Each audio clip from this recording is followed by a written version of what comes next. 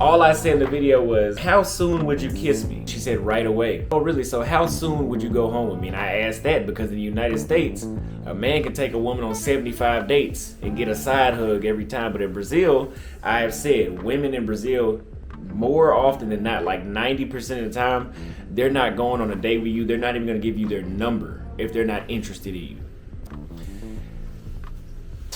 There's a woman, or I don't know, that says, I hope that you catch a bullet in your head.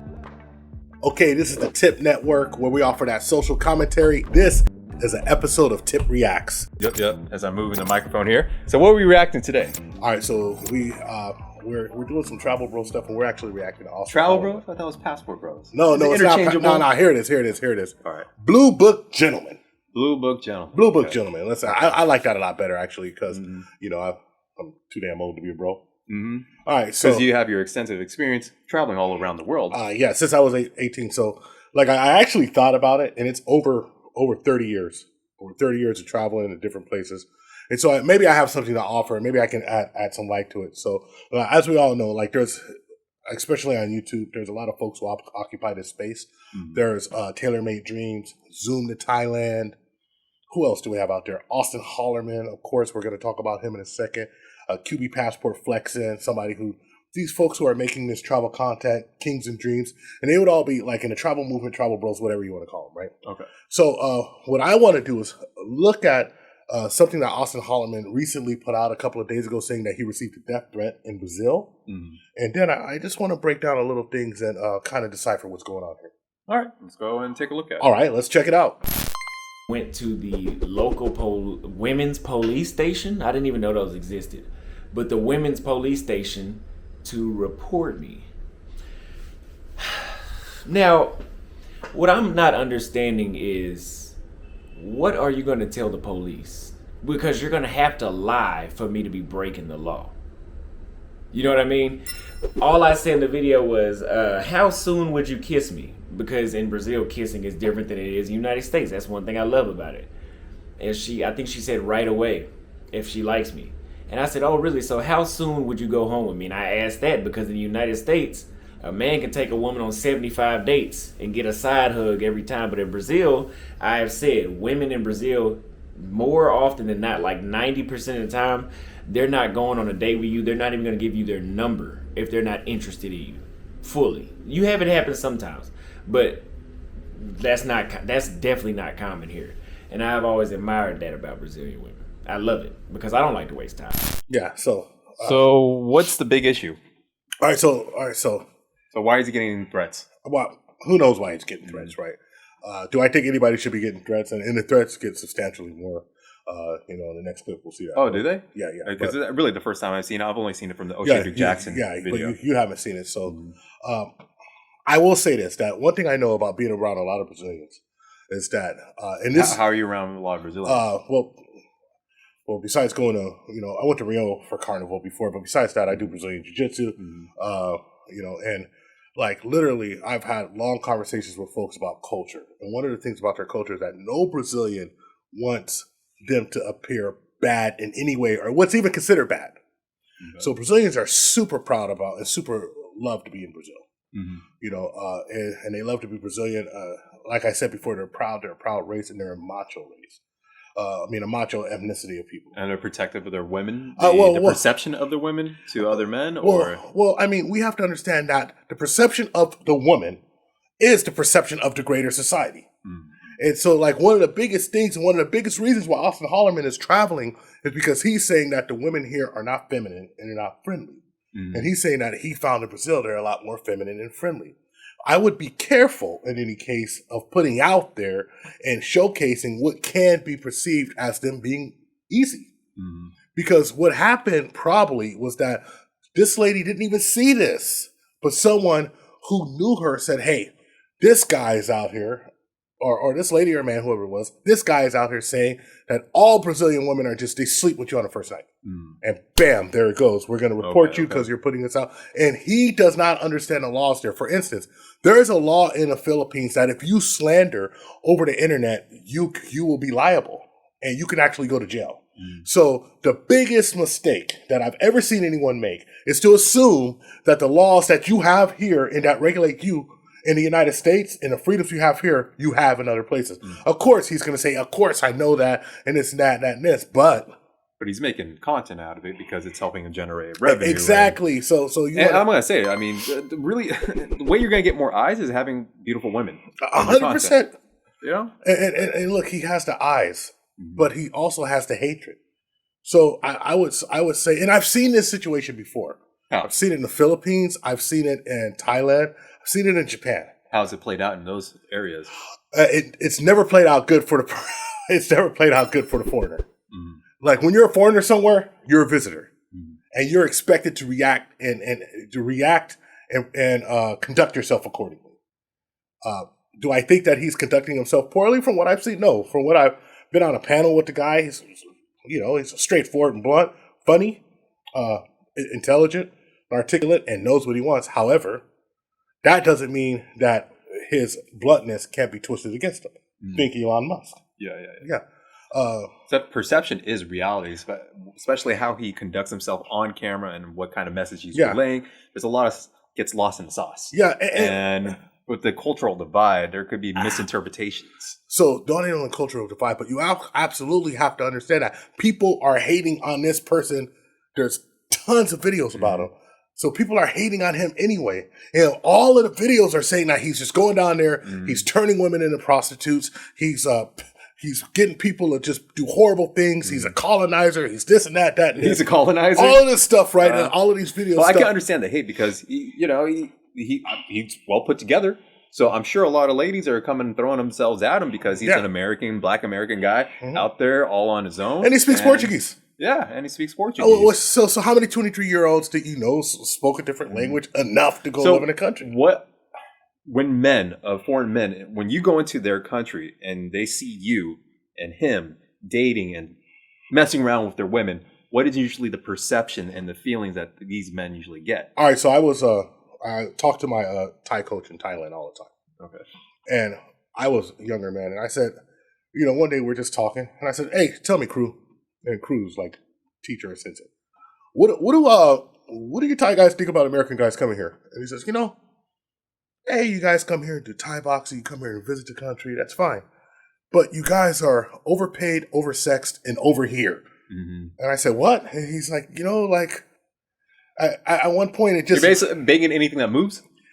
No, but at one point he says it just feels like that's the only reason why foreigners come there. Okay. And you have to understand that if maybe that's just what he's seen. He was on the outskirts of a high tourist area. So maybe that's just what he sees. And so I don't think that Austin Holleman's in a tourist area, but I do think that he, what I worry about for the passport, the blue book gentleman, the passport, whatever, is that the perception of that they're only out for women. And he said it on a panel before. Hey, if you're saying you're not traveling for women, get the hell out of here. And so, I mean, when it comes to content creation, sex sells. Like the underlying theme of a lot of content, a lot of marketing is through sexuality because people respond to sexuality. But this is his life. That's his life. And he's saying that this is his life. So we can't have it both ways. We can't say like, hey, this is I'm just doing this for content. And not accept any kind of blowback. Right. Yeah. And or say, hey, this is my life and this is the way it's gonna be. Yeah. You can't have it both ways, bro. Especially if you are in another country as a citizen of the United States. So my prescription would be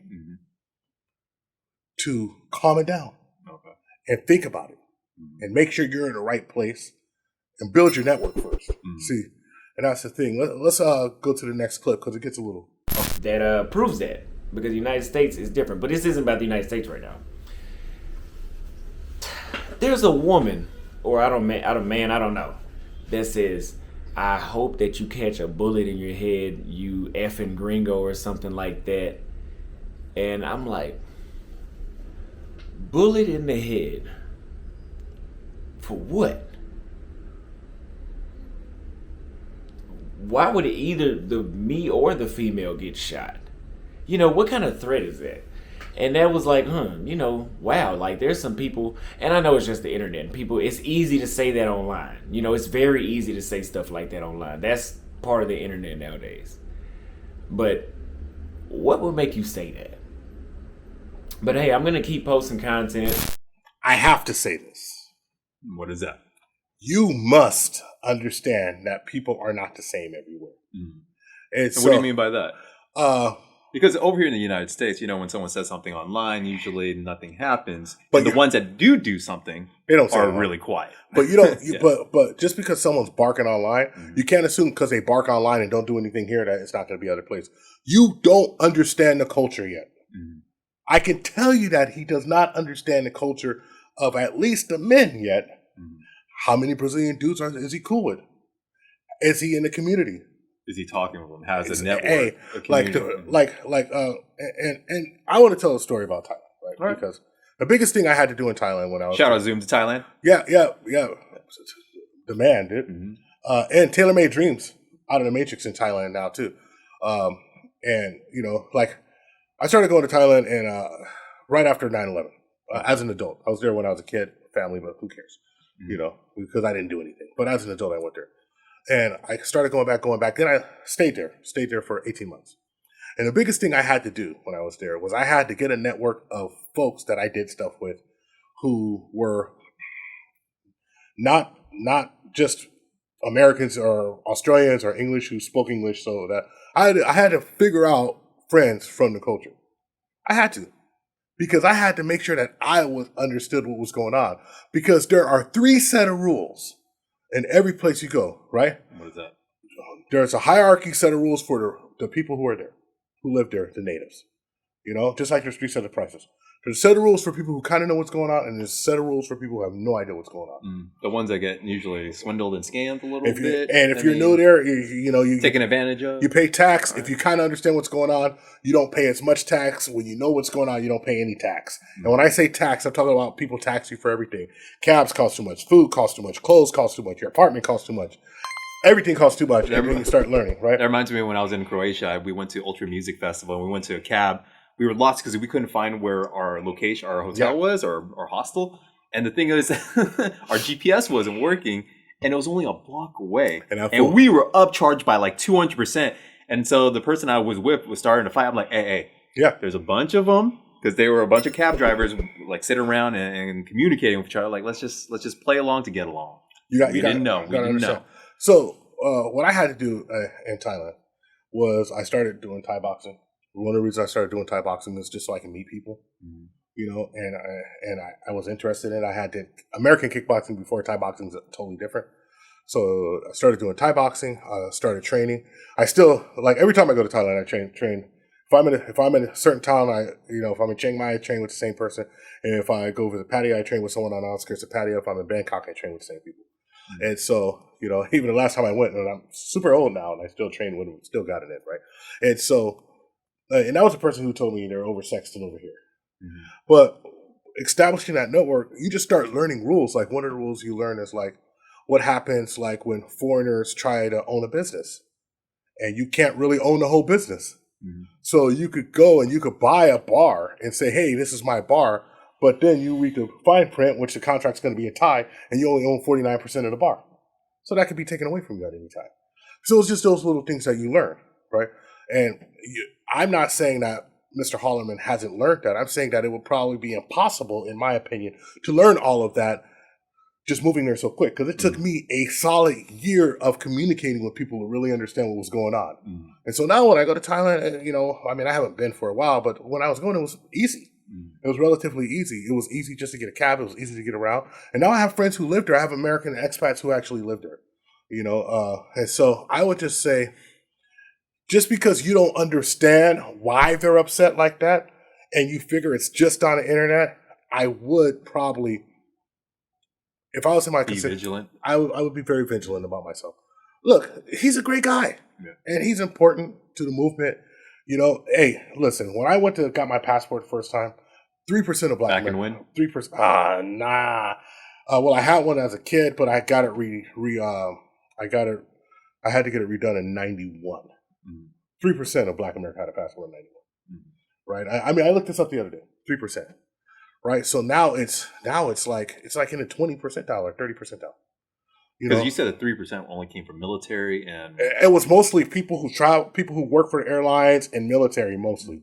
As a pure tourist, that was unheard of. Like when I went to Thailand, the first thing they said is, "Are you military?" When I went to the Philippines, "Are you military?" When I went to Japan, "Are you military?"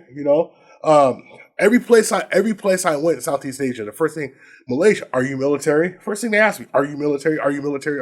I was like, "No, I'm a business guy. I'm not military at all." When I was 19, I was playing music. I had like a trombone with me, and they still ask, "Oh, you play for the military band?"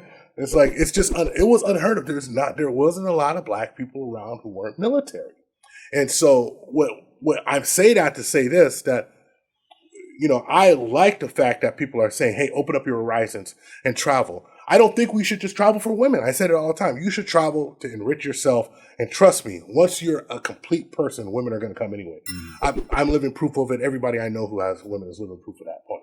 And it's also good to establish a network before you even get there, which you did in Mongolia. So when I came over to Mongolia, everything was already set up. Yeah, well you weren't around there just chasing women all the time. No. Even though, like, when I got there, Oh, come on. We gotta go there. All right. So, I forgot your lady's watching.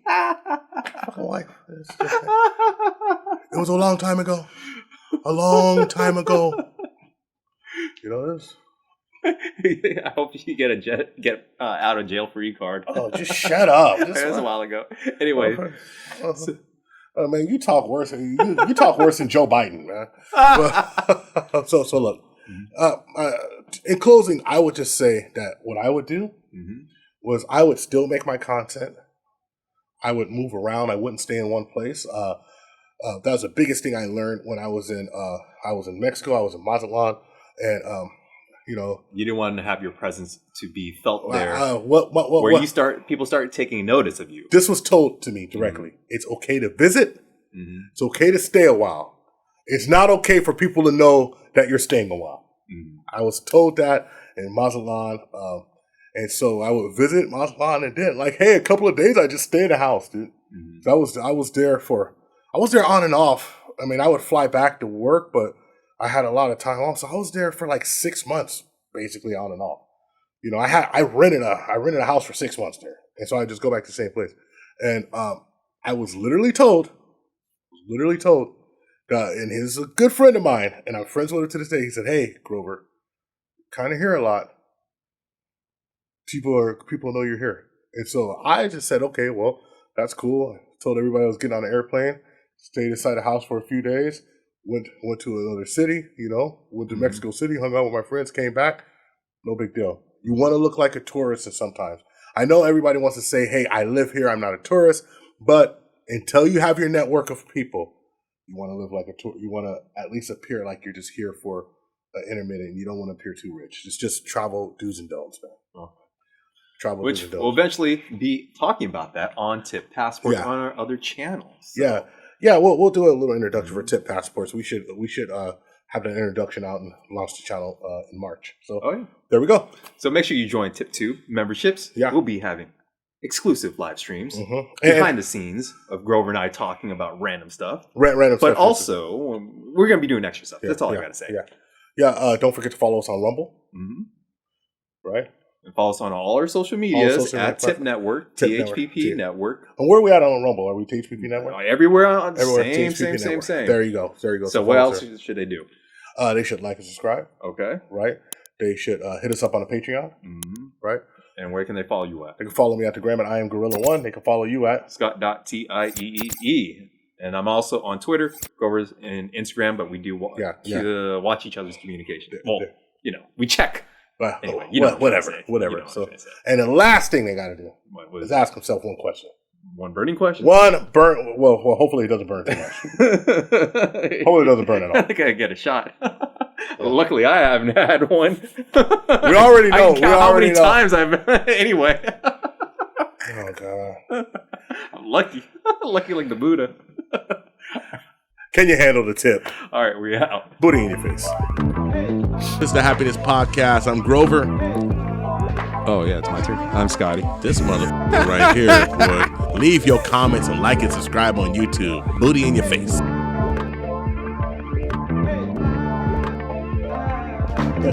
We found true happiness.